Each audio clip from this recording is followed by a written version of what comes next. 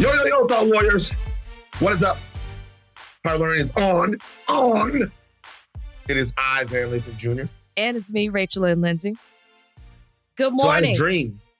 Good morning. We're up. We're doing it a little early today, guys. It's very early. It's 7 a.m. as we're recording this. So you might hear a little sleep in my voice, but I do have a fresh dream. Great. Maybe we should start doing these first thing in the morning. Because you're a vivid dreamer, but like regularly. I am probably weekly.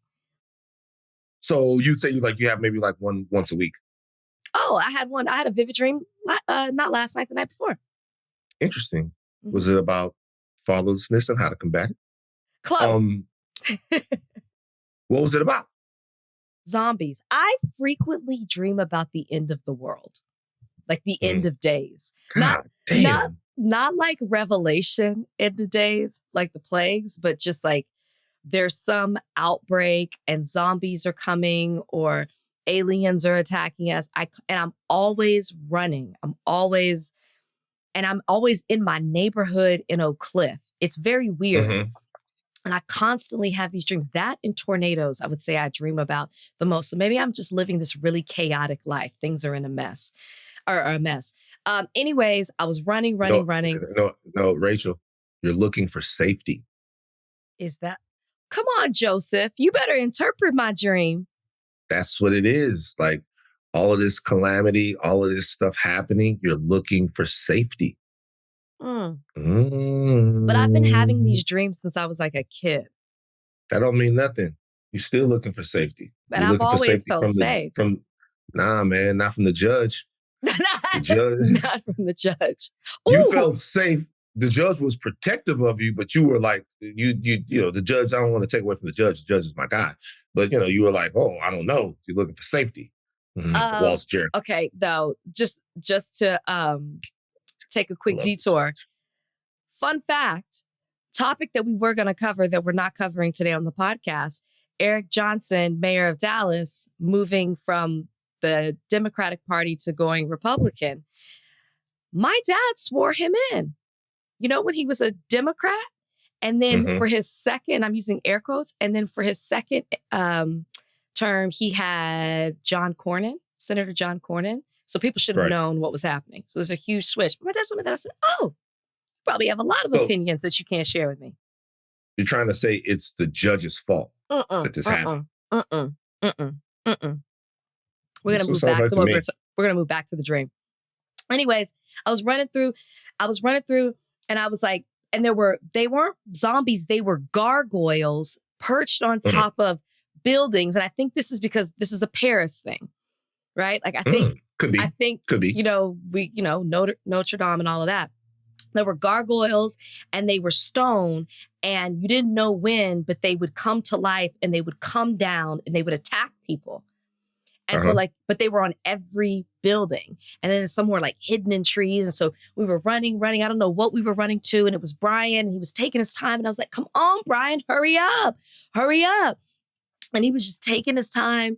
And then I was like, well, I'm going to go ahead. No, we were going to a hotel. And I was like, I'm going to go ahead and get to this hotel because we have to get there first. And I get into the hotel and I check in. And when I come out, Brian's gone. All right, you got balls of fucking steel telling this dream on this podcast right now. I mean, you want people to. I mean, I don't know what to. I'm gonna fucking just actually not even banter on that. I'm gonna move past that. Okay, because I don't know what the fuck's going on with you this morning. Like you can't. I'm just gonna move past that. I just ran ahead. Yeah. Okay. Wow. To lead us to safety. Shut up. Man. Okay. Tell me your dream. Well, before I talk about my dream, I want to talk about something that everybody should watch when it relates to gargoyles. Tales from the Dark Side, the movie. Have you ever seen it? Come on now. You know I haven't. Okay, so look, there's one of the best gargoyle-related stories ever. Tales from the Dark Side, the movie, all right? Gargoyles, starring, what's the fucking guy that played He was in The Warriors, and he also was in Sex and the City. And Radon Chong is in this vignette as well. He was on The Warriors. He was on the goddamn movie The Warriors, not the Bay Area basketball player. He was in Sex. It's really Rachel. Okay, James Remar. James Remar. You're telling dreams that say way too much.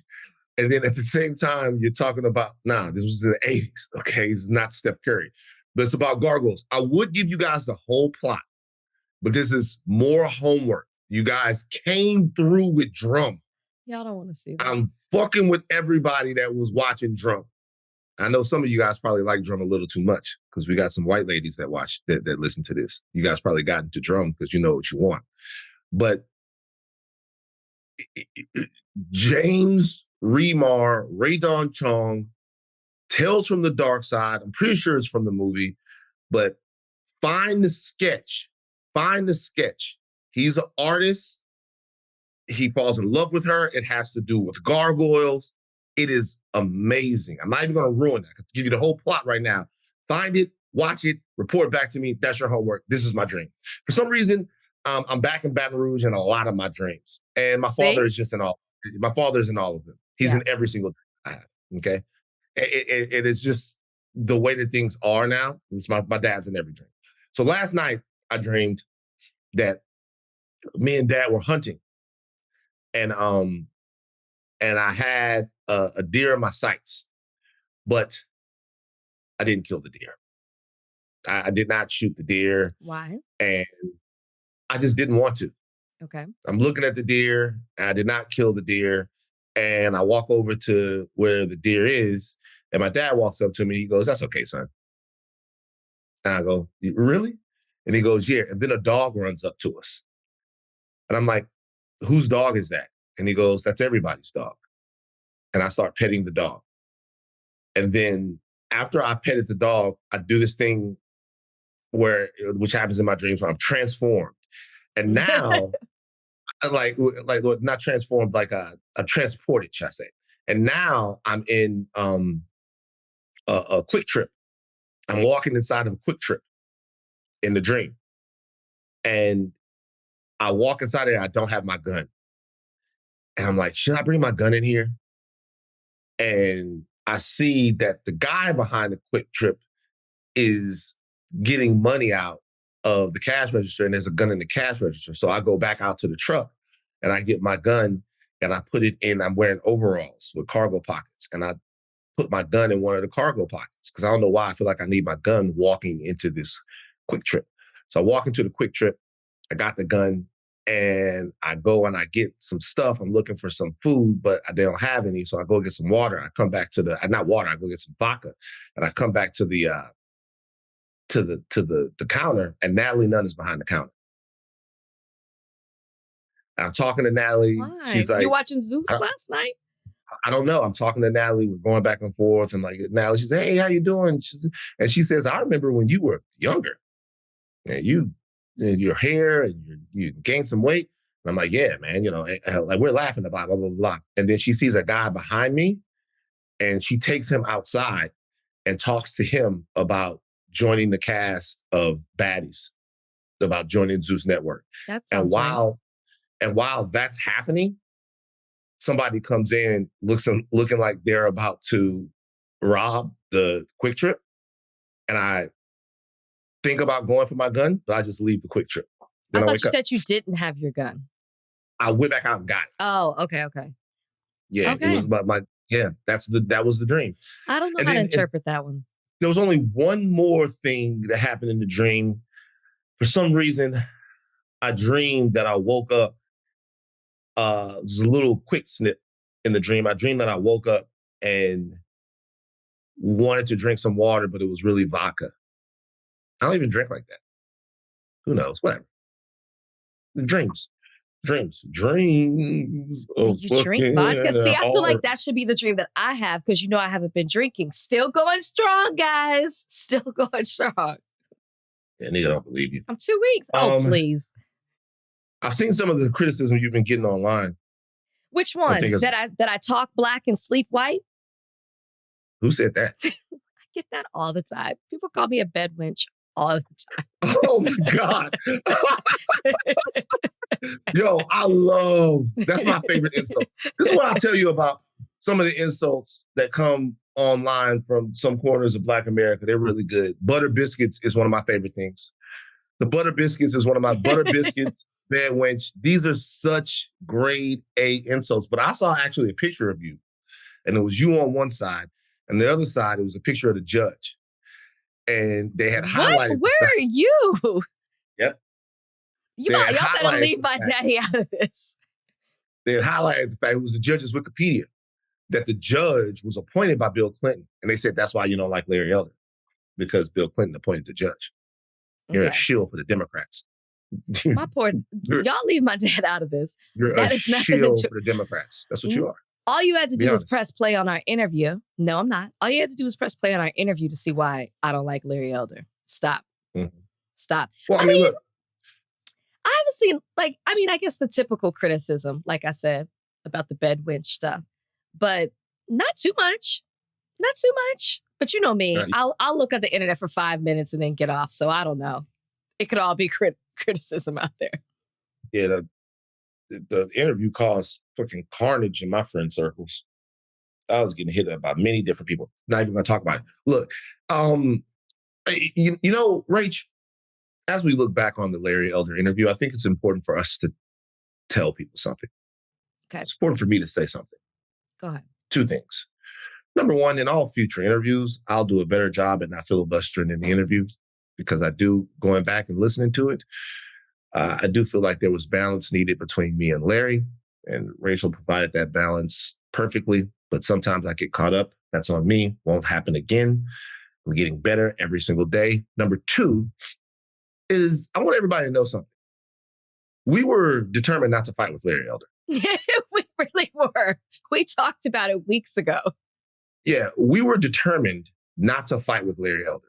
I don't know what Rachel's going to ask. Rachel doesn't know what I'm going to ask. But one thing that we did agree on was let's not make this into a fight, into a contentious situation. Right. Let's see if there's some possible way to get to an intellectual understanding with Larry Elder, even if there are agreements, even if we're interpreting information in a different way, even if we're coming at some of the problems that Black people in America face from different sides. He wouldn't have it. After he got to his bag, it was obvious he wanted to fight. And so that's what it became. I don't know what else to say about it, but that was kind of the whole deal. I don't want ever a replay of Emmanuel Acho or Michael Rappaport or any of those situations. That wasn't what I was into. And that I know that's not what Rachel was into. Like she said, we talked about it, but he just wouldn't have it any other way. I think he had the most fun of anyone. He wouldn't have it any other way, but it's hard to have that type of interview or conversation or whatever you want to call it, because it wasn't supposed to be a debate. It was supposed to be an interview, a conversation, when the other side won't concede to anything. It's from the top of the interview, you asking if he liked what he liked about Black people. I don't think you said being Black. You said Black people. What do you love about Black people? That's what you said. There was never any opportunity to give credit to being Black, to Black people, to big up things that Black people have done as a whole. There was none of that. There was a constant blaming of Black people. And after an hour, that becomes a little bit too much. There wasn't not even that we were necessarily trying to agree on anything, but it was more of let's talk about some of these things. There just seems to be this disdain and this will to want to challenge and put down everything that Black people do. And I don't know if I was expecting that wouldn't be the case the whole time, but I guess some of it caught me off guard. I felt like when there were questions like, okay, so Black people have done what white people or even you, Larry Elder, have asked them to do, and yet still it's been taken away from them. What do you think about those things? It was hit with not even addressing that question. It was another statistic or another topic. That was frustrating. So it's like he came in. I don't know if he watched interviews, that we've done before. I don't know if he looked you up, looked me up. I don't know, but he came ready. Even certain things that he was saying, like, well, you guys think this. And it's like, well, we never said that today. So where are you getting that from? Him and I have gotten into it before. Oh, you have? You've interviewed him? He came on TMZ. Yeah, I don't know if he remembers. But he probably does. He's been friends with Harvey for a long time. No shocker there. Now, look, I think it's important to say something. I personally believe that there's room in the Black thought diaspora for all different types of political thought, meaning I don't look at Black conservatives as some sort of pariah to the progress of Black people. I don't look at conservatives like that, period. I think there are people that believe certain things about America, about capitalism, and those people have points of view. There might be some places where their points of view are informed by things other than maintaining the status quo. And I'd be interested to hear those things and hear those views and go back and forth in an intellectually honest way and, have it out, do the whole thing. However, when it becomes obvious that you're not interested in the discussion of history or contemporary experiences in any real and meaningful way, you got to kind of get a little bit of the fuck out of my face. If your approach is talking points that you can't be budged from in the face of not even overwhelming evidence, but in the face of even small nuggets of things maybe you didn't think about or truths that you didn't know, then you're not in any way trying to have a nourishing and productive conversation. Right. And so to that degree, once it becomes unserious, I just don't have the capacity to keep being serious. Once it becomes unserious, once I see that you're a stuffed suit, that it's kind of empty, then I can't pretend like I'm not laughing at you. It's just how I am. How many minutes into the interview, did it become unserious to you? After he got, pretty much when we got to the crosstalk, after he got through the canned, the points that he was going to make, the robotic part of it, and it started to be obvious, should I say, that he wanted to fight and that he really wasn't there to do anything other than just have it out between two more uppity Negroes. Or maybe he's the uppity Negro. I'm not sure. Are we uppity? Probably so. I am. And so, yeah, you definitely are. And so at that point, I'm like, well, let's just fucking have some fun. Like these, we're not dealing with anything that's like, we're not reinventing the wheel here. A lot of this stuff is just, it's very basic level. I would disagree with you. I would disagree with you. I would say from his very first answer, it became unserious from the very beginning. If you can't answer the question of what do you love about Black people, and your response is I love all people, when you can't refer to yourself as Black or even African American, you say I'm an American who's Black. That set the tone for the whole thing. It really did. But I don't really have a problem with that. That's fine. I did. I know, but what I'm saying is I don't have a problem with that. It's so far away from how I view things. So I'm like the other side of my thought process. But, if people decide that what they want to do is enter into some huge assimilation pie and they want to forgo the specificity of the Black experience, I can't make them be Black. I don't care.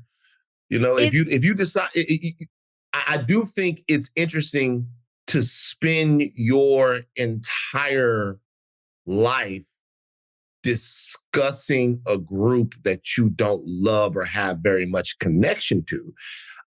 that was more of my point to Larry Elder. Whether or not these people out there want to be called Black, they want to be biracials or whatever, I think it's telling, but at the same time, I think it's kind of their business. But if you spend your entire life talking about what one community should do, how what one community should act, and essentially evangelizing to and for that community all over the place, and you don't even much really give a fuck about them niggas in any type of specific way, that I find to be interesting. And I'm not saying that he doesn't. I'm saying and you're one of them. That I find to be interesting. And I'm not saying that he necessarily said that. I'm saying that he was very careful not to say, you know what, I really, really love Black people. I see the smiles of little Black children. Like when I'm walking down the street and I think, God damn, look at them teeth. Like he didn't even give us an anecdote. It was like, I love people.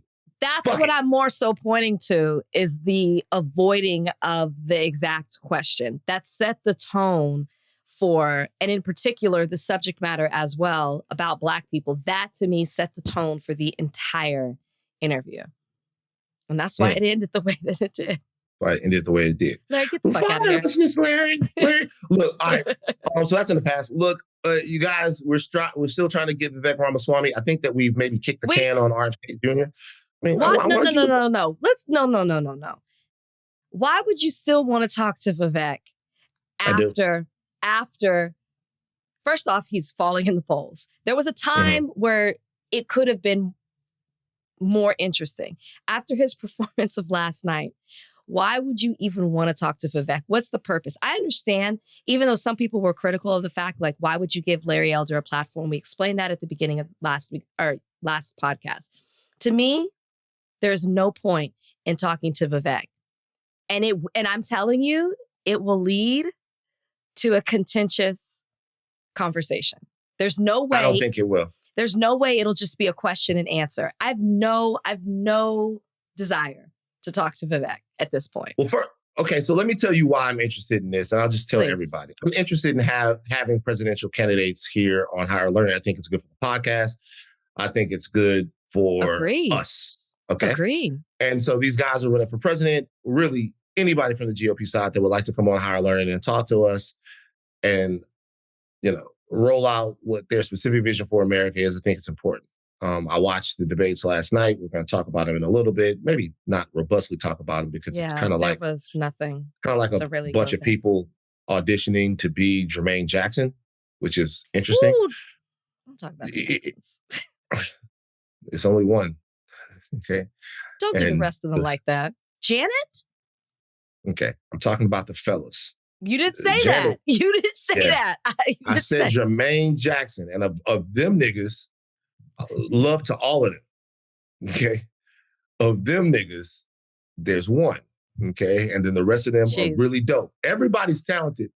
See, we have to not be afraid of the difference between good and great. Nobody's arguing. You basically wrote all of them off. That's all I'm saying. I'm not saying they're Michael. I'm talking about the guys, and they're all talented. But one of them was this amazing, shining, bright star, supernova. And unfortunately, on the Republican side, you have a lot of people who seem okay, I guess, for that constituency and base. They all look kind of silly to me, but they also have a Michael Jackson. So the debates are essentially Jermaine auditions. That's what they are, because the Jermaine is cool. Go listen to Can You Feel It? All right. And we've done this before. Listen to the beginning of Can You Feel It when Jermaine is singing, and it's a cool up-tempo funk song. And then when Mike comes and you get chills, that's how Republican voters feel about what they saw on the stage last night, right? But it's still important because these people are being taken seriously in the primary, and to a degree, all of them have made different type of reputations besides Vivek Ramaswamy in American political discourse. You have senators up there, you have governors up there, you have the people in Congress up there. You have all different types of people that are representing different swaths of Americana, it's just important to talk to them. I think we'll have all of them. I'll have all of them at the same time. We should do a debate, higher learning debate. We can. I'd be more interested in having somebody who had a little bit more, like, I just know what we're going to get from Vivek. And it won't be a meaningful conversation. I know what we're going to get. If we were going to really have a presidential candidate, I would want like a Nikki Haley. I would love to have Tim Scott. No, I don't. But I would rather have one of like a Tim Scott just because it's Tim Scott. Nikki How do you feel about Tim Scott after last night? The same way I felt about him before. I think he went crazier last night. I'm not gonna lie. I think Tim Scott before this primary, I think we all had issues with Tim Scott, but the savage weakness, the ruthless fecklessness that Tim Scott exhibits every single time he gets an opportunity to speak, it's breathtaking. He is aggressively pussy. Like it's like as a black man, not for them. If he was white and saying that, it wouldn't come across that way. It comes across that way because those things are coming out of his mouth and he looks a certain way. That's why it's not even that. It's not even that. It's not even that. It's not. I'm sure he's a nice guy. I know a lot of people who know Tim Scott, and most of them are Democrats. All of them are Democrats, and they like Tim Scott, right? I'm sure he is nice. I'm sure he's a nice guy, but he doesn't seem to have one shred of the makings of a leader. It's so interesting that he's come this far. Not and there to are me. other people up there there are other people up there on the stage that I feel similarly about, but at least they're able to comport themselves in ways that don't make them look like they have absolutely zero backbone. It's really interesting to me. Am I just tripping because I don't like the fact that it kowtows for the right? Am I over? I need a rule. No, Donnie, am I overstating this? I don't think so. When you listen to the things that he says and you watch the way that he says the things that he says, and Rachel has a point, seeing it come from a black man, it just hits different in a negative way. So you kind of contextualize and describe a thing that I felt but haven't been able to put words to. And that's why it doesn't, when you say you're surprised that he's made it this far without a backbone, I am not surprised. He is a black Republican senator. He is the only black Republican senator. And he says everything. I mean, the way they were talking about Tim Scott's performance and what he said about fatherlessness and the black community and slavery and come to where we are now, that's exactly how they want black people to talk. That is what they want black people to believe in. So, of course, Tim Scott has made it this far. He wouldn't make it this far if he was on the other side saying these things. So, I'm not impressed by Tim Scott because he's saying what people in the GOP want to hear from black people. Nothing he says is shocking to me. And that's why I say I feel the same way I felt before coming in. He was just louder this time. There are all black Republicans that I don't feel like are weak. I don't feel like Byron Donald is a weakling. I mean, he bows down to the majesty of Donald Trump like they all do, but I don't feel like he comes across as if there's nothing to him. I know Tim Scott's trying to be the nice guy of the race, and I think that makes his magical Negro-ness even more offensive. There's no depth to what Tim Scott has to say. I told you before, his speeches literally sound like they're coming from the movie The Campaign.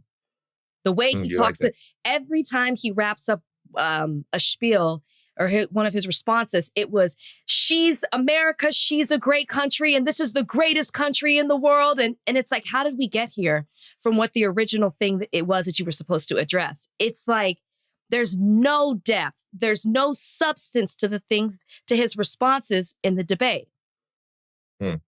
If you had a vote, if you had to cast a vote. No, don't do. I'm for not one of doing the this. Republicans I on am stage. not doing this.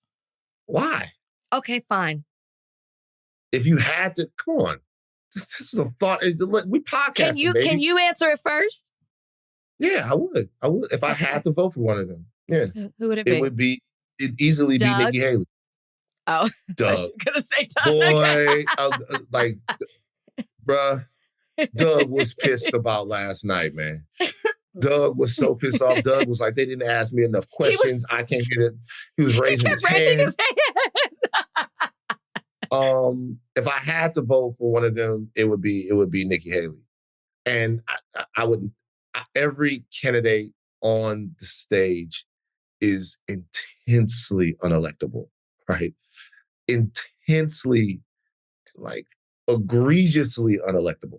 It's like I couldn't. But if I had to vote for one, it would be Nikki Haley. Nikki Haley seems like she's the most serious candidate up there. She's, for all of her problems, and they are plentiful, and all of the wrong things she has said, you guys, don't get me started. Nikki Haley is bad on trans rights. She's bad on LGBTQ rights. She's bad on the economy, in my opinion. She's bad on the border. All of them are. Their policy sets are bad on all of these issues. However, if you're just talking about who's up there and seems to be the most mature, the most in the moment of all of them, it would be her. She's the only one that I'm like, you know what? I disagree with almost everything, but at least she seems genuine. That's what I would say. Well, the narrative coming in about Nikki Haley was that she kept flip-flopping, right? When she announced that she was running for president, everyone was like, well, where does Nikki stand? She keeps flip-flopping. And I think in the last two debates, you have actually seen her agree or disagree, take a stance, stand in it, and be able to defend it, and even go back and forth in calling out the other candidates that are sharing the stage with her about how she believes that they're wrong. So she's very steadfast in her beliefs, which was not the narrative that was coming in to her announcing that she was running. Let me ask you this. I found the debate to be, and this wasn't even supposed to be our big deal of the day, but here we are. I found the debate to be a waste of time to watch. I found it there to be the same talking points over and over again. I felt like that Trump is the leader. There were some jabs taken at Trump, specifically by DeSantis, which a lot of people wanted to see because they didn't see him go after Trump in the last time. But no one, of course, talked about the indictments. Nobody talked about, what he said about General Milley. There weren't. To me, it was the same stuff over and over again, and it seemed like a waste of time, and it seemed like we weren't getting anywhere. And it made me wonder how necessary, especially when the front runner doesn't even have to show up to the debate, how necessary are these debates, especially a second one? That's how I felt after watching. Couple of things. One is I never ever want you to stop pronouncing Ron DeSantis' name the way that you do. How did I say I don't know why you do it. What did I say? I don't even know what I said. DeSantis? Donnie, how does DeSantis is how you say it. It's just hilarious. Just give him a little Latino give him a little spice. Okay, well, so it's an interesting question and a very good one. And you can tell that the candidates on the stage feel the same way, because even though Donald Trump is not there, they obviously have to attack him and let the world know that he's not there, because it's a gaping hole in the discourse. I'm not sure that the debates would be much more substantive if Donald Trump was there. I mean, they wouldn't mean more, right? There's nothing that Donald Trump could say on that stage that would stop him from being the front runner. They would just be more entertaining if he was there. It wouldn't be more important, But I would say this. I think that they are still useful because you get a sense of the gumbo pot, the cauldron of Republican views all mashed into one. I think it's important to have an understanding of policy issues that are really driving that party's constituency, right? What do they care about? What's getting applause? What are they at each other's throat about? Like, how does that side of the country really see America? I feel like we know, but it's never too much information that you can have. There's never too much information you can have about it. So when you see how they feel about, the fentanyl crisis or the crisis at the border or inflation or how we should attack our relationship with China or the war in Ukraine, any of these things, when you see some of the solutions that they've cooked up to some of the problems that persist here in America, whether those problems be social, economic, or geopolitical, it's still interesting to know what they're talking about because they're battling the finer points of those problems, okay, because they probably all have similar views on them, and they're battling with each other's record. And those two things are important. It's important to know, okay, well, what's the sensible take on this and what's the absurd take on it? You might not get that on the debate stage, but at least you know what the absurd take is. And it's also important to kind of know what in these various people's record reflects their ability to talk about what they are going to do or what they will do for any of these issues. Like hearing hearing Pence talk about, spending in government is just really fucking funny. When they spent their motherfuckers, they spent their fucking asses off, right? Which DeSantis actually called out. Yeah, of course. And, to hear DeSantis talk about crime in various American states, it's hilarious. When Jacksonville and Miami and other places like that is going up. And when you look at Florida as a whole, you're looking at some of the same problems that exist all over America, it's happening there. So I just think that's important. It's never, I know it's a long period that they debate for, but you can never have too much political information. And the debate shouldn't be the end of your political curiosity if you have that about the right or even about the left. It should be the beginning. Because every issue that they're talking about up there, what people should do, if you want to be more politically literate, is you should then, like y'all all did for the vaccine, do the same thing for politics, which is do your own research and find out as much about these various issues as you can, and then where you stand on them. And then think of some things that maybe aren't being talked about on that stage. Think about some access points that questions that you might ask. And I think it's always important to do that. So that's why I watch. And I also watch because the shit is just funny. It wasn't fun.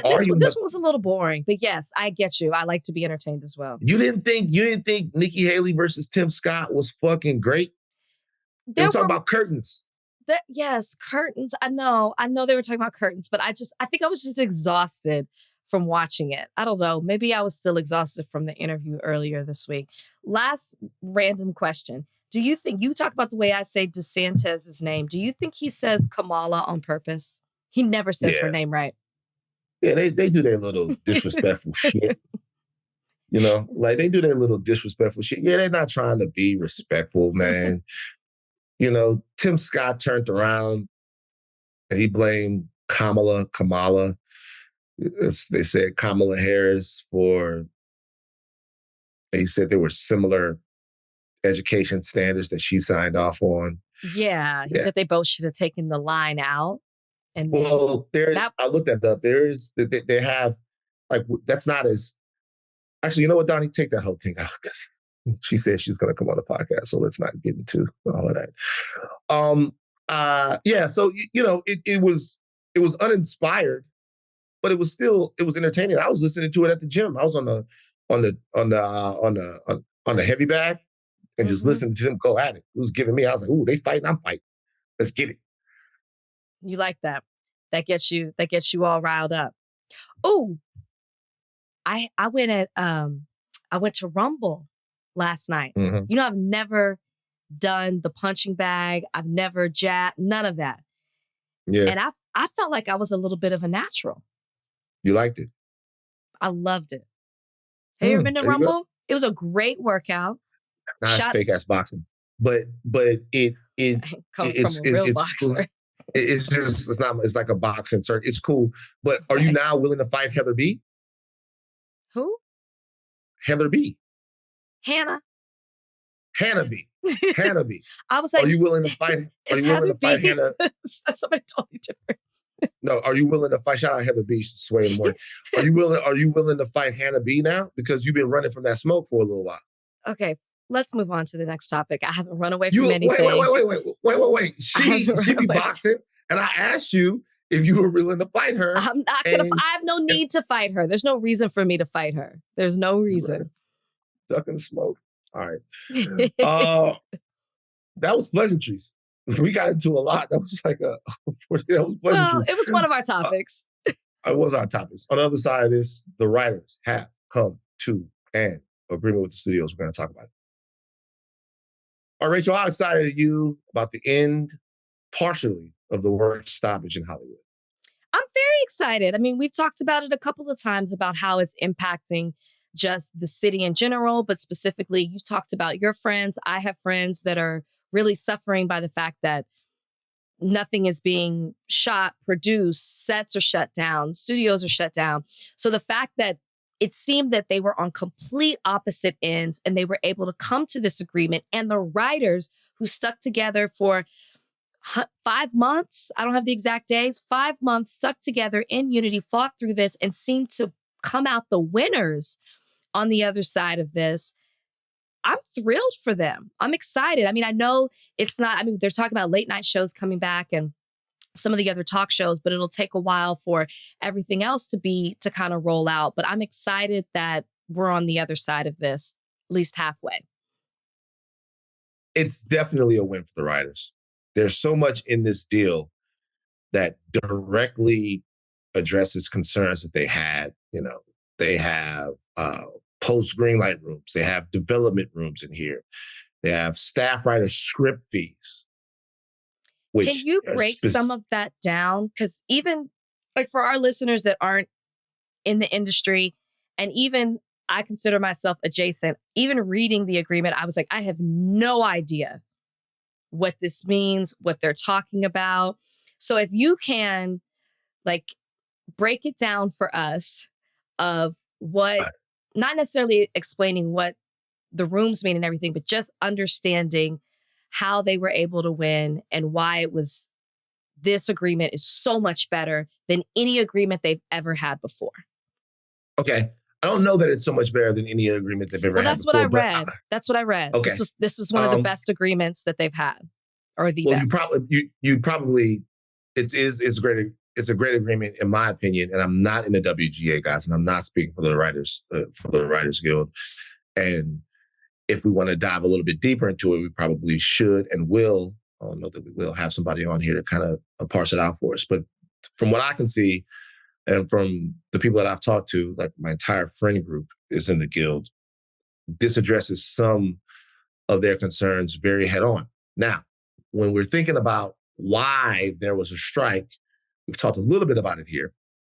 We're talking about changing landscape and how things work for writers. Let's say it's 1996, right? And you're writing on the show Friends. All right. So you're writing on Friends. Friends is running 22 or 23 weeks. And you're making $15,000, $20,000, maybe a little bit less. Who knows how much you're making on Friends, right? You're making that weekly. So the show itself is running longer, right? And the scope of what you're doing on the show is different, right? Two things. So that show runs so long that that's a longer amount of pay for you. It's more stuff that you're doing. And then you're getting residuals off that show every time that show is sold.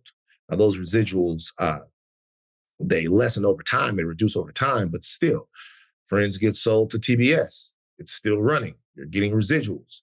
Friends gets sold to goddamn Nick at Night or whatever. Like it's running residuals, although Turner and whatever, it might be the same company, I'm not sure. But whenever that show gets sold, you get more money. All right. So you're making more money for a longer time in the front of it, right, at the beginning.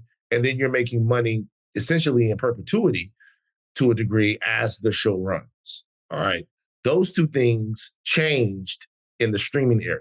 Number one, the shows ran for less time, meaning now if a show is only 8 weeks long, then that's only 8 weeks of pay for you. The pay is lower and it's shorter. So you have to go out and get another job that year to make the same amount of money that you might have been making before. And writing jobs in Hollywood, even though there are more shows now, and there are a lot more shows, is what the studios would say. The studios would say, hey, well, there used to be 60 or 80 scripted shows a year. And now, because of streaming and the various platforms out there, there are 500 shows a year. So being that there are 500 shows a year, there's more opportunity for everyone. But still, for the individual writer that's out there, you know, you work on something for 8 weeks, you have to go find another job. And there's a tremendous amount of insecurity financially that goes along with that. All right, something else happens. When you were working on those network shows, you were learning production from the ground up. And why you were learning it was because you were working with the actors and everybody else on the show as you were writing it. You know, you're in the room, and your job in the room was before the show, during the production of the show, and then even after the show, you were still doing stuff as a writer. And so it was invaluable, not just for the amount of time that you worked and for the amount of money that you were making, but for how you were learning the industry. A writer is saying, hey, I don't want this line. I wouldn't say this. You're going, cool, do this, do that, blah, blah, blah, blah. You're changing it up. You're running back and forth. You're learning how to run a show. And so then after a while, you have the skill set needed to become a showrunner. Streaming changed all of that, right? Streaming changed that because now the writers' rooms are, number one, smaller.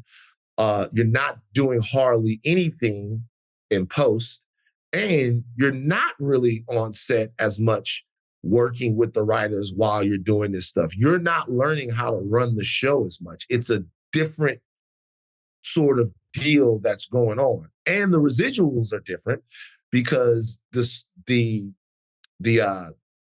streamers are essentially tech companies. They did not have to share any of their proprietary information with production companies or with the Writers Guild or with anyone else. And the show only sells once. If you write the show for Netflix, it's on Netflix. And the residuals that are being paid from Netflix come like in a completely different and way, way, way, way smaller amount when they're there. And so there were certain protections that the writers wanted. Number one, in the structure and the culture of being a writer, meaning that you could learn enough to eventually be a showrunner and have your own showrunner. Because if not, you're going to have the same 5 guys. You're going to have Kenya Barris, Taylor Sheridan, Ryan Murphy, Shonda Rhimes, whoever, making all the shows forever. And you're never going to have the next group of people who are learning how to do that. And that's not a shot to any of those guys. They're just big, super fucking important writers, you know? And at the same time, you're going to have less money, which is going to be, it's going to affect Black and brown and lady writers more, because they're coming into this stuff sometimes with more debt, with less financial security from their families and situations like that. And places like New York and Los Angeles, where a lot of this stuff is happening, those are like expensive places to live. So it was just becoming a situation for them that was untenable unless the industry adapted to the changing landscape of the culture for writers, not for themselves. They've already adapted for themselves, but for the writers themselves. So in this deal, if you look at it, there are a couple of things that seem to be at least directly addressed. So they increased the minimums 5%.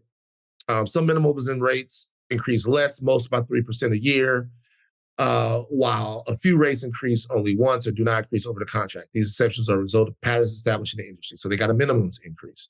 Of course, they got health and pension stuff, increased health and pension contributions for writing teams. That stuff is going to be almost in any deal that a union negotiates, because the health plan for the WGA and for SAG is one of the best of any industry out there. And some people say that, other people don't say that. But the WGA health plan is really good. And that's a very specific thing that stops people from going fucking bankrupt, which is healthcare and all of that. So anytime you have a deal, you're going to have something there. They specifically addressed artificial intelligence, which was another concern that the writers had, right? Because what could studios say? Studios could say, fuck you, a robot will write all of this stuff, and then we'll have all our money. Ha, ha, ha. But now, there's been an agreement. AI can't write or rewrite literary material, and AI-generated material will not be considered source material under the NBA, meaning that AI-generated material can't be used to undermine a writer's credit or separated rights. A writer can choose to use AI when performing writing services if the company consents and provided that the writer follow applicable company policies, but the company can't require the writer to use AI software when performing writing services. So that seems like a huge one, right? Because it's one thing to say, hey, I'm going to use a little chat GPT to help me out. I don't know why you would do that. But the company can't say, hey, we want you to write this, just you and chat GPT. We don't need you to hire 4 other people. You know, would you want chat GPT to do your job, Rachel? How would chat GPT? No, I would not. No, I would not. Yeah, whatever. You look like you kind of chat GPT type nigga. I've never even used it. Really? Yeah. I've never used it either. But I've never even looked you look on. Like a chat but GPT you what? type nigga. Keep going. We're talking about the writers. Let's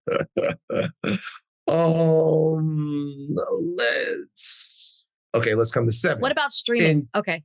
Sorry. That's where we are. Increased foreign streaming residuals. Foreign streaming residuals will now be based on the streaming services number of foreign subscribers for services available globally. Because a lot of this stuff, when it was foreign, they didn't even get anything. It was very, very small, amounting to a 76% increase. Wow. Including a 2.5% base increase to foreign residual for the services with the largest global subscribers over the 3 years. So they're basing this on subscriber data, but the residuals are higher. For instance, Netflix 3-year foreign residual will increase from the current 18.6 for a 1-hour episode to 32.8 for a 1-hour episode. That is a massive increase. Mm-hmm. There's a viewership-based streaming bonus. Huge. The Guild negotiated a new residual based on viewership. It's made for HBS VOD series and films that are viewed by 20% or more of the service's domestic subscribers in the first 90 days of release. On the first 90 days of any subsequent exhibition year, you get a bonus equal to 50% of the domestic and foreign residual, with views calculated as hours streamed domestically of the season or film divided by runtime. Gigantic. It's a huge bonus based upon how much people are watching the goddamn show. For instance, projects written under the new NBA on the largest streaming services would receive a bonus of $9,000 for a half-hour episode, $16,400 for a 1-hour episode, and $40,500 for a streaming feature over $30 million in budget. This bonus structure will take effect for projects released on or after January 1st, 2024. So everything in the past, you guys are fucked, but moving forward, it's fine. Now, that makes a lot of sense and that's cool, right? But then a lot of people out there listening might say, well, how does that make a difference if the streamers don't have to share their streaming data with the Guild? Aha! Mm-hmm. The companies agreed to provide the Guild subject to a confidentiality agreement. That means the Guild can't share that information. I don't know why I'm explaining the fucking confidentiality agreement to our brilliant listeners. Subject to a confidentiality agreement, the total number of hours streamed both domestically and internationally of self-produced high-budget streaming programs, basically a Netflix original. The Guild may share this information with the membership in an aggregated form. That is fucking gigantic. Yeah, I didn't think they would bend on that. I didn't think they would either, because that essentially makes the streamers into traditional studios in terms of the way they share their information. Now, I'm sure it's not all the information, but the information, we're not going to get it. We're not going to be able to know, which would be nice. But the companies, us in the media, but the companies the Guild is going to know how much this stuff is getting streamed, the data transparency, and what they are owed. How can you ask for money if you don't know how much money to ask for? All right. So it's cool. And there's one other thing that I think is cool. I mean, they got weekly pay increases for the staff. They got writer producer weekly rates. All the weeklies went up. But then we talked about the culture of writers getting the experience that they need, and that's addressed here too. There's a lot of other great stuff in here, but that's addressed here too. There's a showrunner training program. They reached an agreement to renew $250,000 in annual funding for the showrunner training program. Additional arbitrators are going to be involved to hear NBA claims in Los Angeles. They changed the structure of the writers' rooms. We agreed to increase episodes on a new made-for-broadcast series that can get a single free promotional run from 2 to 3, but with the number of episodes capped at no more than 25% of the season. I mean, look, here's the deal. This is a clear win for the writers. They got development rooms. Once 3 writers are convened before a series order, at least 3 writer-producers are guaranteed 10 weeks of consecutive employment. So the staffing and the duration provisions for episodic series, what we talked about, they kind of moved those up. You get 10 weeks of employment. 10 weeks. Development rooms where writers are guaranteed 20 weeks of work or more are treated as post-greenlight rooms. For these rooms on the first season, blah, blah, blah, whatever. So all of this stuff that we talked about in the little preamble here, they were able to get it done in the deal. Yeah. They really won big here. Well, we talk a lot about how, what the writers did in coming together and the sacrifice that they made. Obviously, like you said, we have friends that were suffering by what was happening with the strike, but it was all for the bigger issue, which was to get these things. And the reason that they were able to get these things, the other side of it, is that their pockets weren't the only ones that were hurting. The studios were losing money like crazy. And the way to get big business attention is to hurt them in their pockets. And that's exactly what was doing. I mean, the fact that when you're reading the background about how this all kind of came together, all these all these people who were running these studios came together and for hours and hours and hours hashed this out to the point where they pretty much were bending the knee to the writers. I do want to say this. One, of course, everybody's asking, so what does this mean now with SAG? Because they're still on strike. A lot of the things that we thought that they wouldn't come to the table with, they did and agree to, they did with the writers. And I think that you could probably look at a lot of this as a template of what SAG will ask for. And then other things that obviously address their needs in regards to negotiating with the studios. And they just sent out, so like since this came out, one, they sent out an email a couple of days ago that was like, we have not started talks. And then I just saw they sent out another email that said they're supposed to go back to the table and have talks October 2nd. So it seems like this is moving along. I did listen to something that said, even though they did agree to all these terms, it doesn't necessarily mean that the budgets that studios have will change. And if that's the case, if they say we're not going to increase our budget, we're giving you all these things and we'll pay you more, but we keep our budget the same, that means that there will be less shows. Because if you're paying more, you can't have as many shows if your budget is staying the same. So it could be that, you said, oh, there used to be 80 shows and now there's 500 shows. We might not have 500 shows anymore because in order to compensate the writers and meet these demands that they've agreed to, they've got the pie is the same. So that means that there are less shows. And then also I read that it might mean that as viewers, we pay more for these streaming services.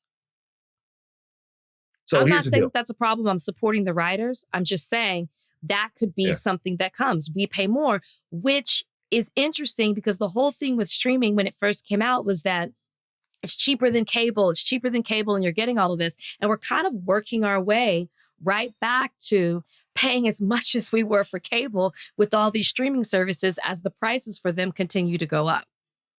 We're already there. You think so? Well, I don't know if everybody's like you and me, where we have every single streaming service out there. Well, what I'm saying is that it's like, you know, I could compare this to one of my old habits, but I won't. Thank God. And my God, how many services were you signed up for with that? A lot. More than 5? Oh my God. The fact that you even think it's free. Yeah. Like you can find it for free. How are you subscribing to more than 5? Wild. You don't even have to tell on yourself. Keep going. But it's not free if you want it in the highest quality. Keep going. If you don't want to be bothered with ads and all of that stuff, if it's not free, if you want it in the highest quality, because they'll say, you'll see, and you'll be like, oh, only $15 a month, and you'll be like, I can spare that. $15 a month? Yeah. You have to have been putting in hours on hours on hours to justify that cost. What you say is that's just not a lot of money, and then before you know it, you got 6, 7 of them mugs. Anyway, I'm so happy you're on the other side of it. I'm so proud of you. I got out of it. I stopped. But here's the thing. When you're looking at the streaming services, interesting thing that they started to do was they started to IP rail you, which is like, obviously, like for me, it's not really about the streaming service itself. It's about the specific show. So the question is, if you don't fucking have Paramount Plus and you just want to try to watch Halo, you maybe don't want to watch Halo, all right, or other shows on Paramount Plus. Like, for example, we started watching Special Ops Lioness, okay, which is a great show. It was really good. We started watching Special Ops Lioness. Now, people were telling me how good Special Ops Lioness was, right? It's a good show. And we didn't remember whether or not we had Paramount Plus. Yeah, we had no clue whether or not we had it. We didn't know whether or not we had it. We actually were paying for the service, but it wasn't downloaded. So we downloaded it. So we have this, and so we could watch it. But if you don't have it, you can't watch the show, right? If you don't have Disney Plus, no Marvel, no motherfucking Star Wars. If you don't have HBO, then no Sopranos spinoffs, no all that. It's not actually the service that you're tied to. It's the IP that the service owns. So they're essentially getting you to buy all of these things specifically by show, which is not too much different than the subscriber model that pay channels had. Like you had HBO if you wanted to watch Sopranos, or maybe you got Showtime if you wanted to watch, I don't know, Brotherhood or Weeds or Californication. But it's different now because it's so specific. All of these things, Apple, The Morning Show, all of this stuff. So if you want to watch this stuff, you're not just flipping from channel to channel to see it. You're going from service to see it. And the more shows there are that you might be interested in, the more decisions you have to make about what it is you're buying and what it is that you're not buying. Then on top of that, if you want to cut the cord, you need a service that you can watch TV on if you want to watch sports. And then that's YouTube TV. And then you pay for your internet, you're paying for YouTube TV. That's like $70. And so it's, when you look at it, you're right back where you started. You were saving a little bit, but now you might be paying more, right? Now, we're in the entertainment industry, we can write a lot of this stuff off, but most people can't. So there's some decisions that have to be made. Right. As far as there being less shows, it was always going to be that way. It was going to be that way no matter what, because in an imperiled economy, a lot of these streamers were just going to put out less stuff. They were going to put out less stuff. They were going to pull back a little bit. some of these shows they spent unbelievable amounts of money on, and they fucking bricked. And so when that starts happening a couple of times, like people get a little bit more bashful about how they're putting their bread out there. So, the most important thing is that, these writers and these creators have security. And I believe if they have security and they have investment, I think the amount of good shows that you'll get will always outweigh the bad ones, because these are very, very talented people that we're dealing with. So kudos to them.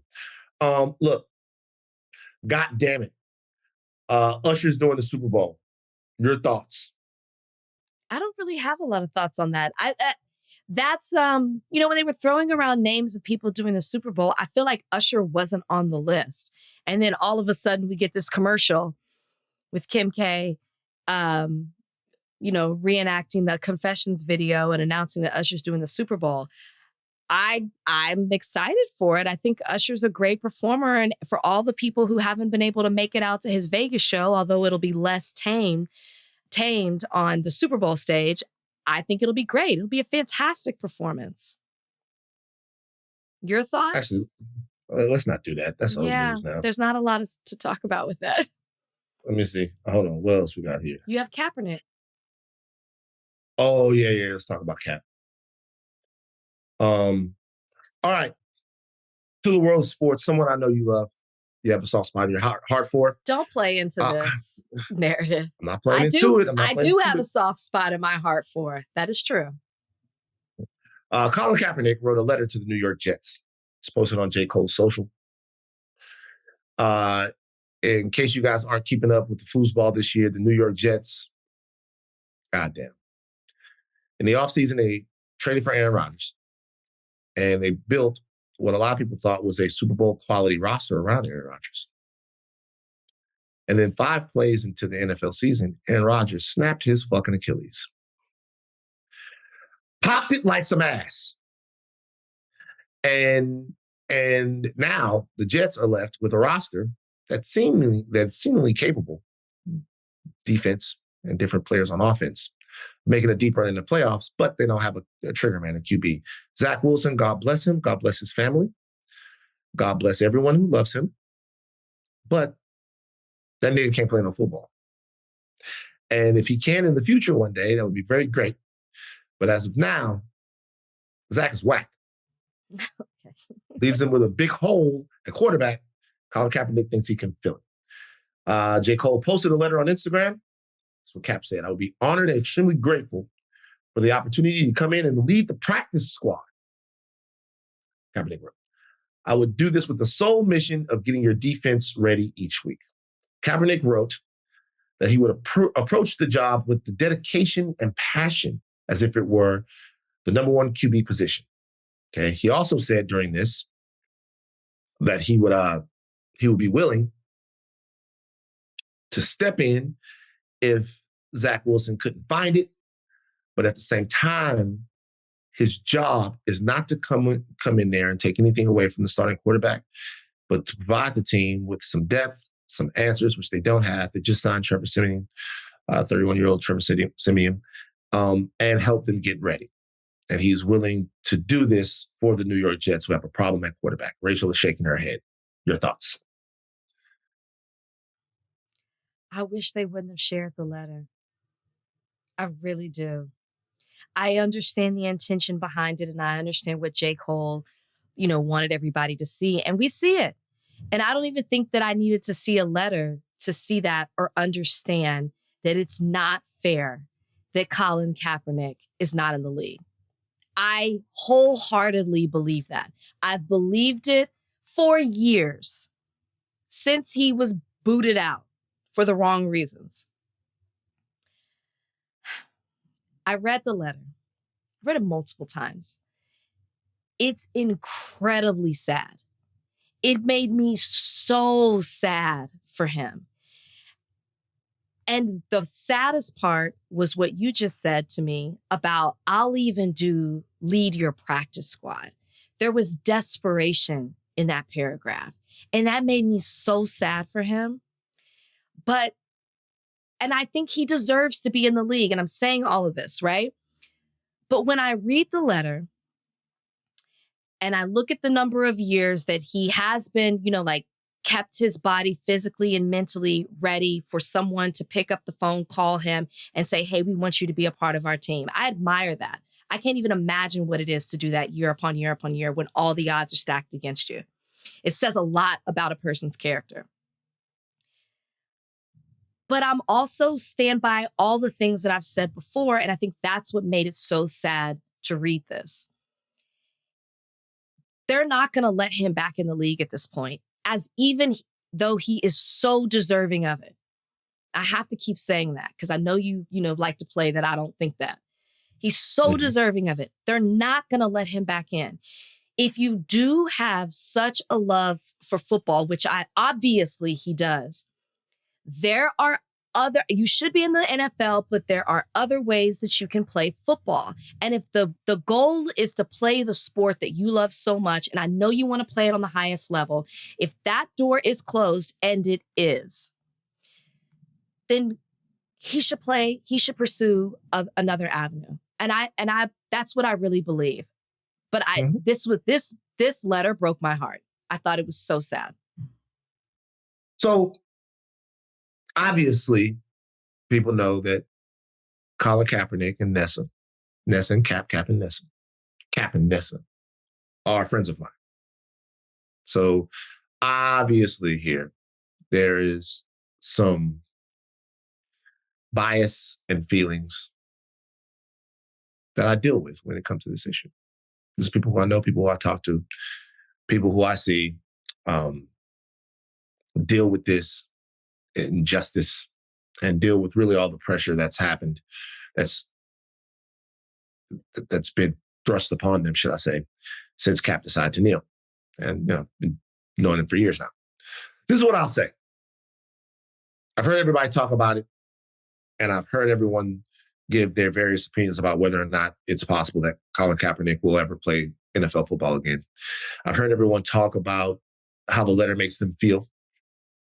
Everyone say, most people say sad. Most people say the letter is sad. I don't have as many feelings about the letter itself. Those are some sentiments that I already knew, as I do about the way we've reacted to it. The way we're all the way we've reacted to it. We're all familiar with black magic. It's the magic that's like, evil, and you use it to fucking put a hex on people, curse on people. Black magic. But we don't ever talk about white magic, specifically as it's used in America. White magic. I'm gonna tell you what white magic is. White magic is using prestidigitation to make you look at everything other than the actual issue. Right? So, give you an example of white magic. It's like, I'm going to show you this, and then I'm going to do this. White magic is when a young black person is killed by the police. White magic is going to their social media, showing them in a hoodie or with gold teeth, or talking about the time that they were 14 or 15 years old.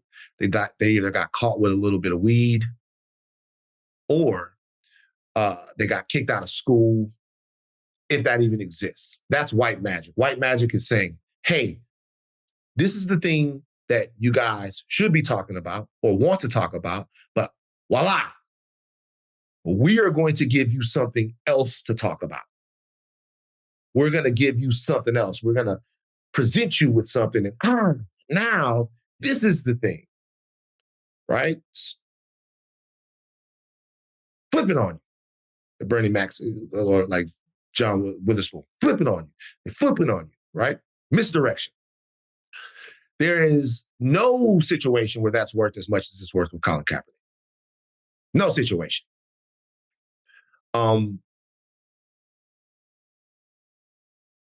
The root of what we're talking about with Colin Kaepernick is a power base in the NFL that decided that one nigga was making too many problems for them. And so they just took his livelihood away. That's what we're talking about. Now, we can discuss we can discuss here anything else besides that. We can talk about anything else besides that. We can talk about the settlement, right? We can talk about what should have happened at a tryout. We can talk about all the mistakes that we feel like Colin Kaepernick has made. We can discuss those things. And some people can say some of them are mistakes. Some people can say some of them are things that he shouldn't have done. Like, would you participate in a workout where the waiver had legal language inside of it that exposed you, or not exposed you, or stopped you, precluded you from being able to sue the NFL again? Would you participate in a workout where the waiver was non-standard and protected the NFL more than it protected you? Would you do that? Some people might say, hey, if you want to play in the NFL, fucking go do the trial. Some people would say, well, I shouldn't have to do the thing that I want to do in the wrong way if I want to do the thing that I want to do, right? Okay. But all of the stuff that we're doing right now is asking him to pass a purity test to get over the injustice that was done to him. And I'm letting people know that they do that all the time. They do that in every single way. They always say that if you act better, if you do it this way, then we won't take your rights away. And they always make it your fault. They make it your fault. They say, this is what you should have done in order for you to be treated equally or fairly. And every time they do it, there's a part of us that fall for it. Every single time. Now, whether or not Colin Kaepernick plays in the NFL again is not a big issue to people. That's the deal. People don't care anymore. They don't give a shit whether or not he gets the opportunity to run back on the field. The reason why it matters to me is because talking about somebody that challenged the status quo and then had their ass kicked for it to where everything was taken from them is supposed to be something that we left in the past. That's supposed to be the story of Curt Flood, who was the story of Curt Flood, who was, a guy who challenged free agency and then didn't really get a chance to play out his career in the way that it was. It's supposed to be all these other people who were, trailblazers back in the day that took all these things in their own so that other people could come in there and do stuff in a more enlightened time where they can't just fucking do this to you in front of everybody. But the same game always works. And now it's Colin Kaepernick who's sad. Now it's the letter who is sad.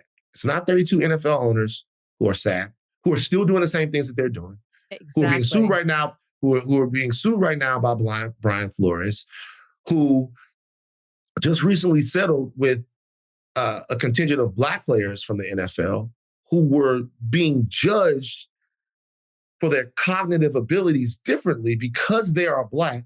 Entrenched racism in the league that we all watch, that everybody watches and really wants to feel good about watching, which is why they don't in any way want to stand in the way of the league so that we feel better about watching football and watching Usher and watching all of this stuff. That's really what this is about.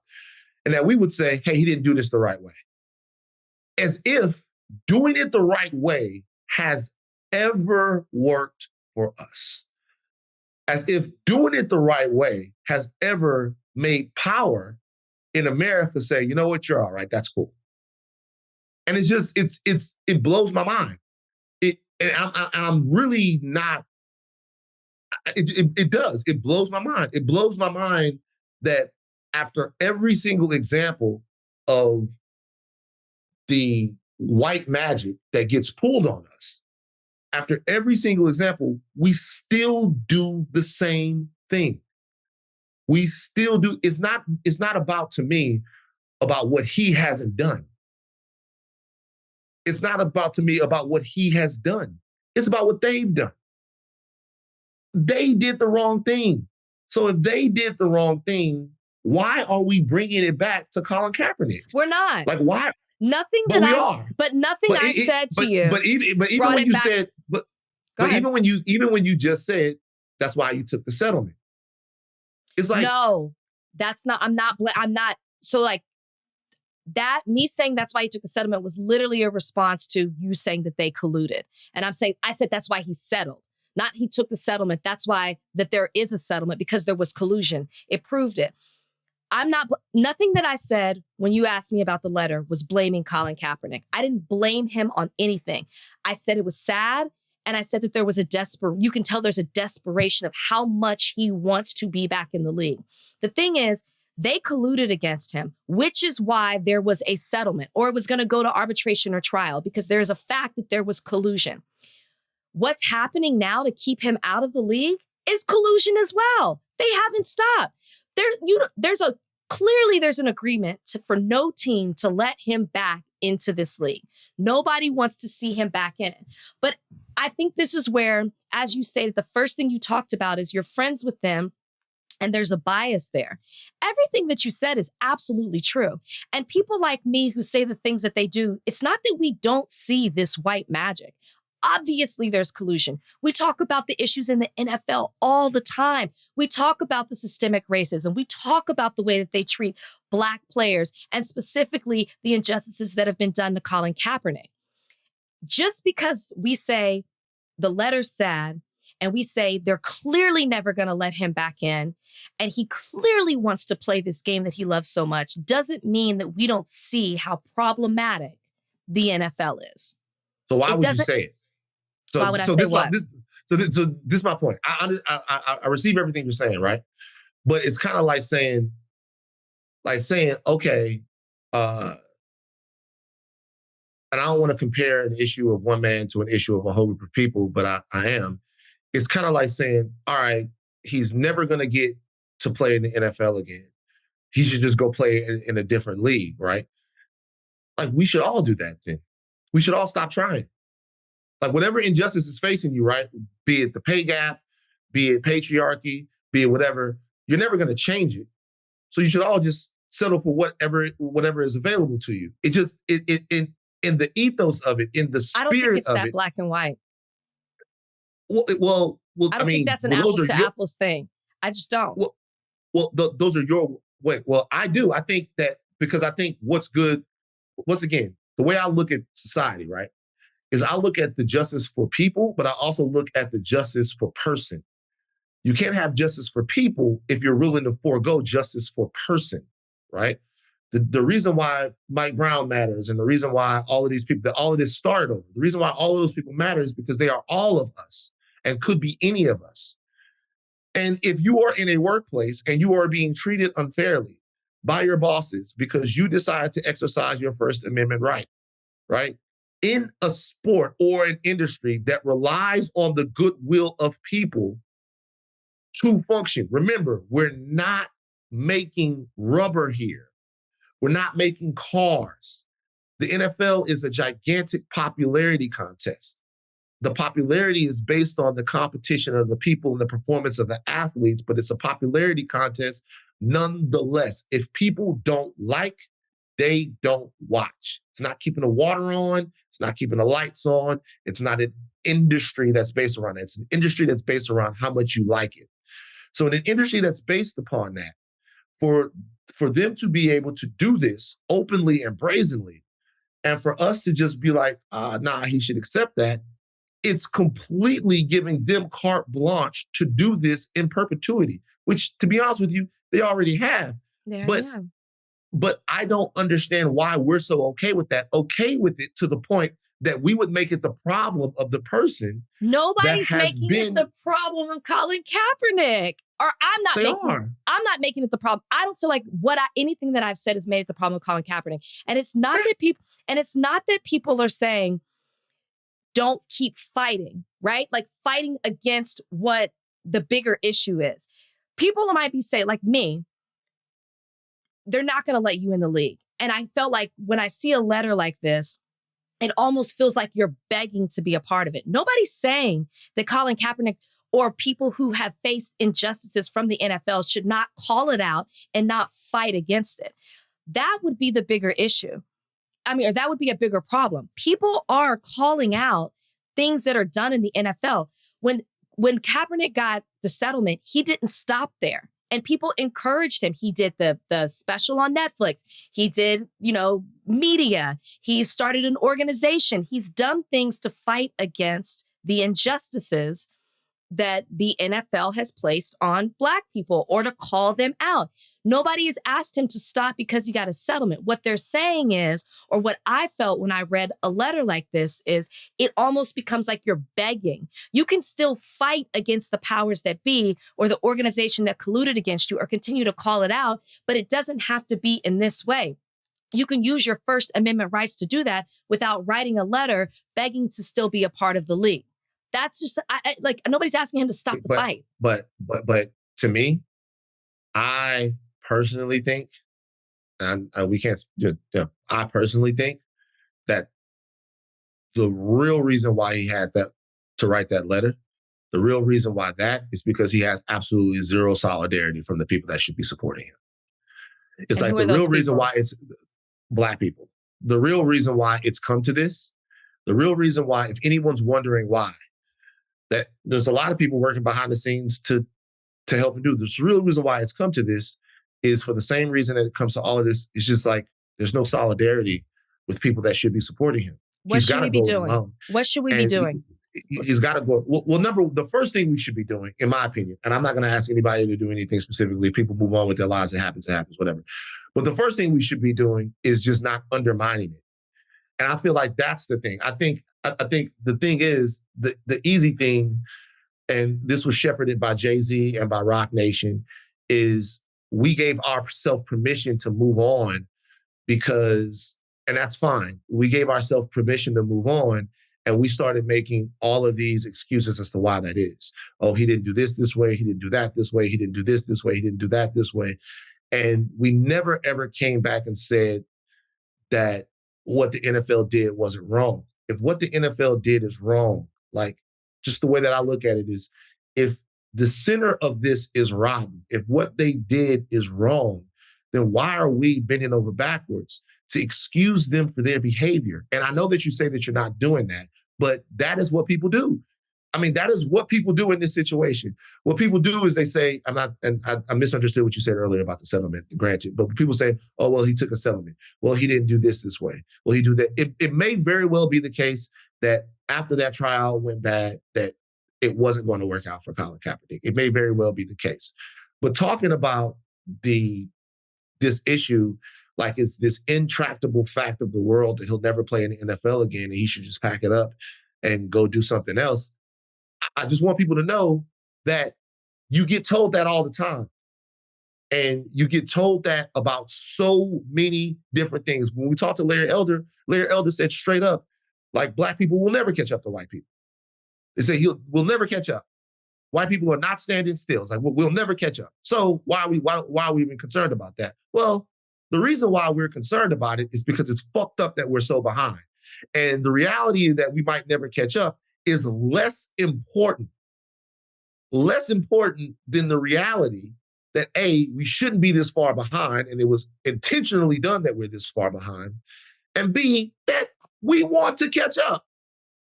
So why would we stop trying to catch up? Why would we ever, like, in any way say, hey, whites shouldn't have 10 times more wealth than us? Like, why would we ever be okay with that?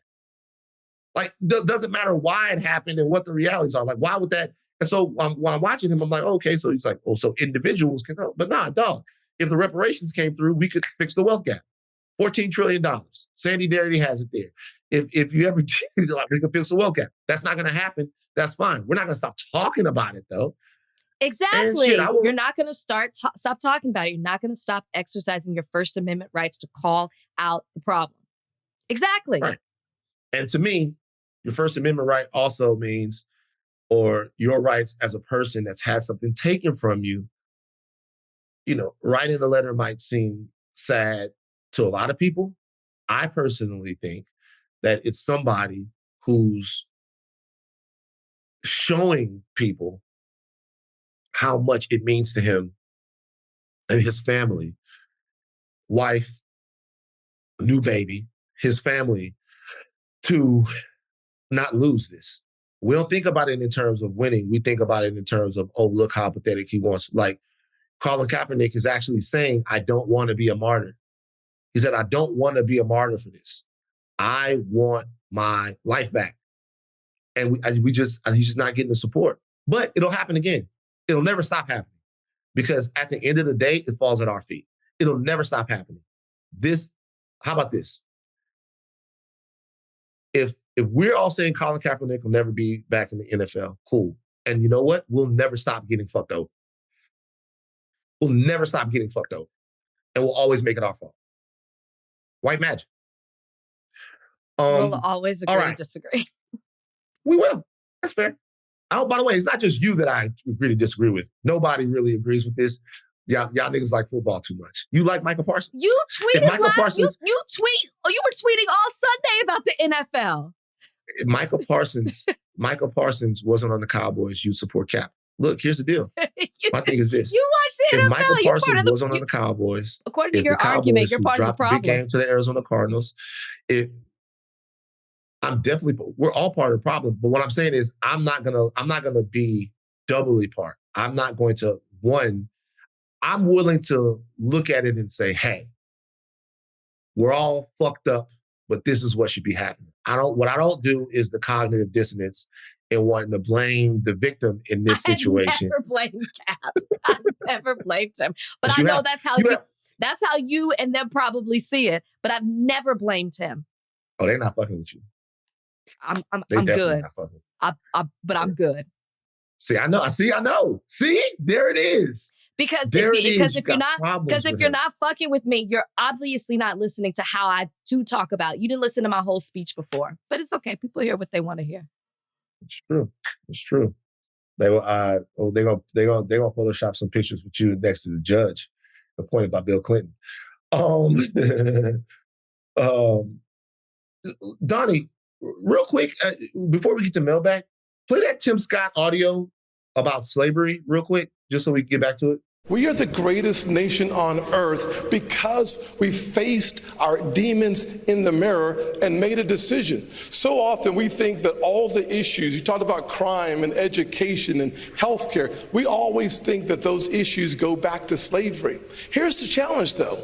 Black families survived slavery. We survived poll taxes and literacy tests. We survived discrimination being woven into the laws of our country. What was hard to survive was Johnson's Great Society, where they decided to put money, where they decided to take the black father out of the household to get a check in the mail, and you can now measure that in unemployment, in crime, in devastation. If you want to restore hope, you've got to restore the family, restore capitalism, and put Americans back at work together as one American family. Our nation continues to go in the right direction. It's why I can say I have been discriminated against, but America is not a racist country. Never, ever doubt who we are. We are the greatest country on God's green earth. And frankly, the city on the hill needs a brand new leader. And I'm asking for your vote. Oh, boy. He was feeling himself with the clouds. Tim thought he was spitting. Tim thought he was spitting. I could feel it. Can't you feel when someone, Tim thought he was spitting? Can't you feel it? Jermaine Jackson. Tim is Jermaine Jackson. Tim thought he was spitting. He was really spitting on the white man's dick to lube it up before he put it in his mouth. We've all been there, that one spit, and you're like, oh, it's about to go down. That's what Tim was doing, spitting on a white man's dick. That's what he was spitting. Tim, get the fuck out of here. Look, so you think slavery was worse than Johnson's Great Society? What was worse, Rachel, slavery or welfare? I think, Van, I'm going to go with slavery on this one. To use the words of old Timmy, there's no redeeming quality in slavery. Yeah. Once again, the analysis of the loss of wealth for Black people and the systemic issues that Black people face is woefully inadequate from a Black Republican. It is quaint and just intellectually dishonest to blame the situation of Black Americans on Johnson's Great Society. I'll tell you a couple other things about Johnson's Great Society. which I'm not a gigantic fan of Lyndon B. Johnson, but a lot of shit got done, if we're being honest. The Voting Rights Act, the Civil Rights Act. There are a lot of things that happened, spearheaded by some of the greatest minds in Black America during that time. Now, if we're looking at economic issues that were huge in American cities, that led to some urban decay, there's such a complex pot to pull from, man. There's so many things that went on. Industry left, globalism, all of that stuff. We were talking to Larry Elder. Larry Elder didn't want to talk about mortgage-backed securities and all of the stuff that actually led up to the financial crisis and all of this stuff. It's just the fact that, Johnson gave us welfare and the niggas decided they didn't want to be families anymore. It's just so convenient for the white power system. I'm watching Tim Scott stand there and I'm thinking to myself, my God, my brother, how? But what does that say? What does that say about his mother? Are you saying, well, Tim Scott grew up, he always tells us, Tim Scott always tells us how he grew up with a single Black mother. So are you saying that your mother was accepting the checks and did not want a nuclear family unit? I know that's not true. That doesn't make any sense to me. So I don't are you saying that she would rather not have a man in the household that time? It's reported that, I don't know the exact thing, his father left when he was still like 7 years old, and his mom raised them as a single mother. Did she just want to accept the check and be married to the government and not have a man in the household? I'm sure that's not the case. That's not the case. I never do this, but I actually think his father left because of Tim. I did not know that's what you were going to say. Because Tim was spitting like that back when he was 7. I think his father was in there chilling. I'm saying, trying to watch Good Times or something like that. And Tim came in and started talking about Richard Nixon, and his dad was like, I can't fuck with this little nigga. I'm out. It's like Tim came in and was like, Dad, did you see Nixon opened up China? And he's like, I'm done. I don't know what's going on. His pop's somewhere right now with a whole family. They probably looking for a side of secure. His dad's probably, he got radicalized by Tim. So joke, guys. Fathers leaving homes is not very funny. But I could just see Tim coming in there. Dad. Nah, nigga, I'm out. I'm gone. It's over. No, it's wrong. It's terrible. Look, I happen to not believe that. I know that there's some people out there, once again, that always want to believe the worst about Black people and have not done the requisite work. And there's more work for me to be done. I'm not an academic by any sort. But if you do even a baseline analysis of this, you'll find that talking point is hollow and ridiculous. There are bits and pieces of all kinds of things that lead to where we are right now, none of which can beat the legacy of slavery, white supremacy, and systemic racism. Them's the facts, people. I'm sorry, it's inconvenient. Them's the facts. Mailbag. All right, the first question comes from Corey Kober. In the spirit of Larry running for president and trying to get on the debate stage, what's the most energy that you've wasted? Ooh. This is a good question. Most energy I've wasted. I wasted energy on a girl. I think we can always all say that there's a relationship we wasted energy on. Now, I'm not saying time, because I never got her, but energy. Back in my less confident days, I would have to be around and I have to play the nice guy game for a little while to really show my charisma. Not play the game, but I had to show my personality. You know what I mean? Because you got to have personality at 375. So, I have to show my personality and stuff. And you have to put in a lot of work. That Bryson Tiller song, I'd be working overtime. I would put in a lot of work. And one day, I'm sitting down talking to her, and she shows me this picture of this nigga who just came back from Iraq or something like that. And she's like, he's home. And I was like, God damn. The IEDs missed. Okay, maybe that was Donnie. Take that. That was dark. I did not even. Man, you have to take. Donnie, please take that out. Yeah, Donnie, that's take fine. that out. I was like, did I hear what I thought I heard? No, but you really did think that. He had come home, and and that was it. And thank you for your service. That's all I could say to him. But yeah, that was a lot of wasted energy right there. Could say. Mm-hmm. I don't know. I mean, I'm sure there's a lot. Definitely relationships of the past that I wasted energy on. Maybe there was a lot of energy wasted on Bachelor Nation. Maybe there was some of that. Trying to. You love. We should invite her on the podcast because you love, and you'll see that there are no issues there. I mean, no, and truthfully though, I did waste energy on her because when she did have that video that came out, I spent an entire day talking to her, going back and forth, and I was very nice and lended a hand and said, if you do want to apologize, I'll come on a live with you and we can talk about it. And I was like educating her on what she did and the word. And it was a whole day full of thing, only for her to come back and say her PR didn't want her to go on with me. I guess they didn't trust, that I would be an ally in that situation. And so she put out a statement. So yes, to your point, that was a whole day of wasting energy. But no, I would say Bachelor Nation in general, there's some things that I wasted energy on because some things will just never change. Donnie? All right. Truth Ally asks, what is a quality or characteristic that you love about your father? What is a favorite activity you do or used to do with your father? Yeah, that's going to be a used to do with me. Come on, you can't laugh about it then. I got you. Favorite activity that I used to do with my dad.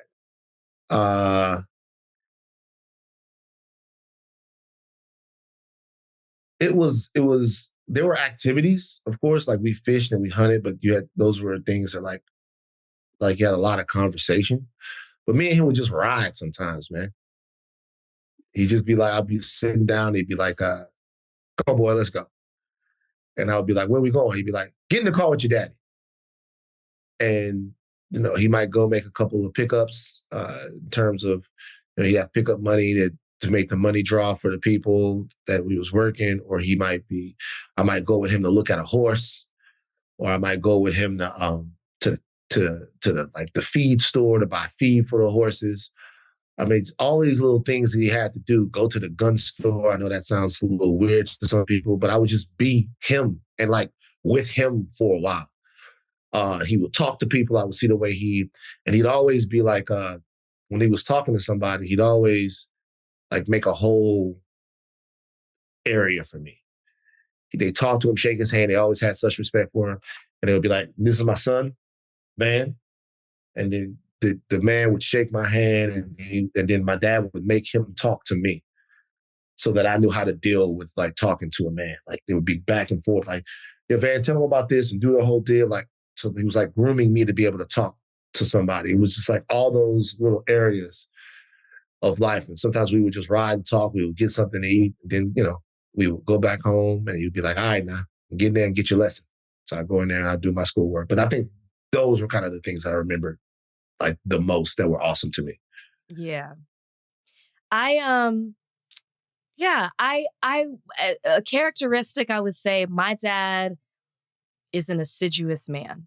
And I love his perseverance, his work ethic, and the pride he takes in the work that he does. I've always loved that. As a little kid, I just remember admiring my dad for that. As far as favorite activities, it was simple things, very similar to you.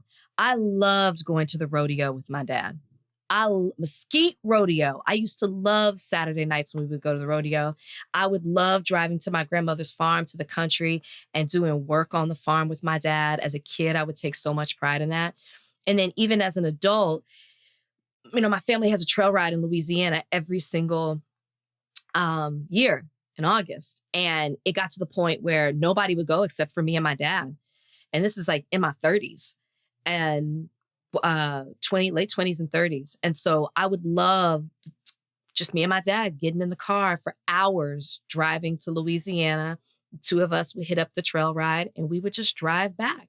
And some of those conversations still stay with me where, you know, like I feel like I got to see my dad open up to me because he's a very private person and he doesn't say a lot, but he would ask me certain questions, personal questions. And I felt like we didn't necessarily have that relationship growing up, but as an adult, we do. So those moments. Yeah. One more, Donnie. All right. This last one. Let's go with, okay, we got two different ones. There's a longer one or a shorter one. Which should I go with? Ask the longer one. Okay. From Smooth, Van and Rachel. Smooth with 3 U's. Van and Rachel, both of you were very blessed to have your fathers in your lives. And I'm sure their presence and guidance has contributed, at least in part, to your prosperity today. In all seriousness, what is your take on fatherlessness in the Black community? Do you feel it's a legitimate issue or that its negative impact on the Black community is largely overblown? I know for me personally, as a Black man in his late 20s, I've started to come to terms with exactly how greatly my father's absence has impacted me and how difficult it can be to learn to become a man on your own. I mean, I don't think that either one of us would deny, you know, the importance of having an involved father in your life. I think that the topic of fatherlessness and when they throw out statistics, I think that they conflate like marriage statistics with fatherlessness. And I think that they take away from the fact that there are fathers that maybe, you know, don't live in the home anymore, but are involved. Fathers that have gone on, there's divorce and have married someone else. So they might be a father in one household, but, you know, the child splits, you know, where they live and, you know, like maybe the primary address is the mother's, but the father's still involved because he's, you know, like lives somewhere else. I just think that statistically, there are a lot of issues that contribute to maybe a high percentage of what people are calling fatherlessness, which actually isn't the case. So I think that there are a lot of involved Black fathers. And so I think that that is something that is overblown sometimes and not taken into consideration with involved fathers. Fatherlessness doesn't mean that the father isn't involved, or sometimes says, I feel like I'm saying that wrong. Wait, take that part out, Donnie. I just think that when people say fatherlessness, they're looking at a statistic that doesn't include everything.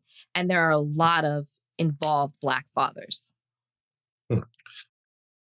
Yeah. So I think that we can both have a conversation about fatherlessness and have a conversation about the realities of it. And have a conversation about narratives that are pushed on a particular community to affect somebody else or give them a talking point for their own personal political gain. So we can talk about all of that stuff, right, in a very holistic way. I look at the family differently. I'm not a huge believer of the nuclear family. I think it's really a Western invention to prop up capitalism. So little kingdom that leads to a bigger kingdom, that leads to a bigger kingdom, that leads to a bigger kingdom, that leads to a bigger kingdom, that leads to a bigger kingdom. As a man, I think that I'm responsible, obviously, for my family and for the people around me. But I also think that we have a collective responsibility for the young men in our communities and for their well-being. It's one thing to raise your own family and raise your children in an incredibly responsible way. But if you do not care about the children next door, the children across the street, the children across town, then the realities of those children's lives will still affect your children's realities anyway. I think that when Black Lives Matter was talking about how they rejected the nuclear family, I think a lot of people misunderstood what they were saying and misunderstood and didn't read what came next. What they talked about was something that's more traditional to the Black experience, to the African experience, if you will, which is a bunch of people taking responsibility for the children in their community. They say very specifically in their mission statement, hey, we are all raising each other's kids together so that if you need to go protest or go to work or go do something, your kids have a place at my home and vice versa. What I believe is that now, for this young man that wrote in, is that even though your dad wasn't around, there should have been someone. There should have been someone there to help you become a man. If somebody saw that you needed something, someone should have cared enough about the collective strength and health of the community that you came from to give you something. And that's what I believe in more than anything. I believe in males, Black men being there for Black boys. And this is happening. But you have to do the work to know. Next week, I will be in Detroit at the opening of the Union in Detroit. The Union is the building that has finally been procured by Jason Wilson from the Cave of Adullam. And what Jason does, Jason has his own family, right? It's a beautiful family. Actually, they're a very beautiful family. It's weird how good looking these people are.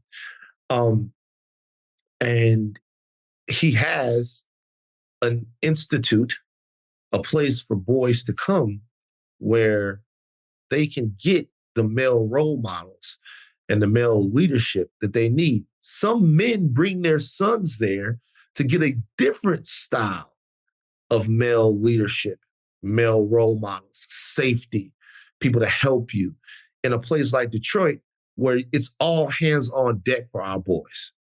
So for me, yeah, there's a need for us to have a conversation about how we're showing up for Black boys and our Black girls in these neighborhoods. There's definitely a need to have that conversation. But there's also a need to have a conversation of what our responsibilities are outside of the young men that we created through our bodies.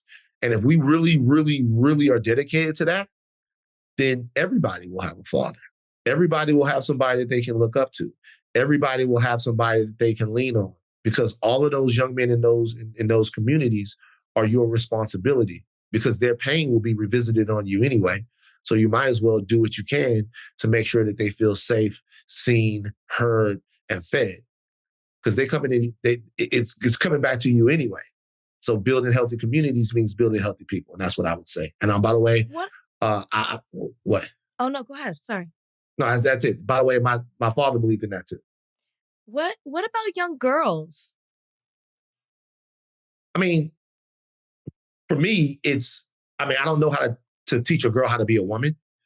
And the importance of having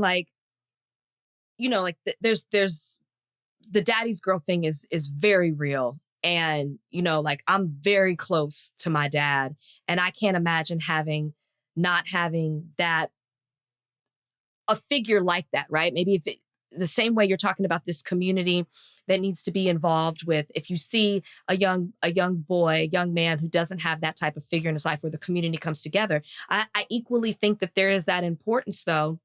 I know you say you don't believe in the nuclear family, and I understand everything that you said makes sense. But when it comes to young women, you can't take away the fact that there's an importance about having a male figure, a positive male figure in their life as well. So I'm just wondering. I don't have a problem with that at all. What happens to the young girl and all of that? Yeah, I don't have a problem with that at all. I don't think that I would see a young girl that needed me and not be there for her either. I do think there is a specific need, and addressing this question, there's a specific need for, this is what I'll say. I'll just be honest. The amount of damage that an ill-raised man can do is just astronomical. The amount of power that men wield in society, the amount of privilege that men have in society, it's significant. And ill-raised boys, ill-adjusted boys, unloved boys can go out into the world and really fuck a lot of shit up. They have the propensity to do a lot of things. And it's not necessarily saying that they're more important, but I'm saying for me personally, there is a specific need there. There's a specific need for them to understand what they're capable of, how they're capable of helping, and how they're also capable of hurting. Like, these will be the boys that'll be in the situations and have 6 different women pregnant, or be in a situation where they're abusive, or be in a situation where all because they don't understand how to love, how to be loved, how to be emotionally available, how to be emotionally strong by also being vulnerable to their family. All of those things that a man who is who really loves you and shows up for you, all those things that they teach you. Those boys have to have that. And it's a crisis if they don't. So the only reason why I would be specific is not because of I don't love little Black girls, or I don't think that they need me. Of course they do. But it's because the hole that is there, I see that showing up in society in a specific way. And, that can't be denied. Like, I'm not going to say when you talk about an epidemic, that's one thing. But when you talk about the fact that there are Black men that are falling through the cracks that we need to address and like be a part of their lives, I wasn't prepared to disagree with anyone about that, no matter who that was. I'm not going to let it be weaponized for politics. It's got to be done through love. So if you don't love Black people, you certainly can't love Black boys. You know what I mean? But yeah, but I hear what you're saying, though, for sure. Mm-hmm. Just a question. All right. Take the council until I stop learning. I'm Van Lathan Jr. And I'm Rachel Lynn Lindsay. Bye, guys.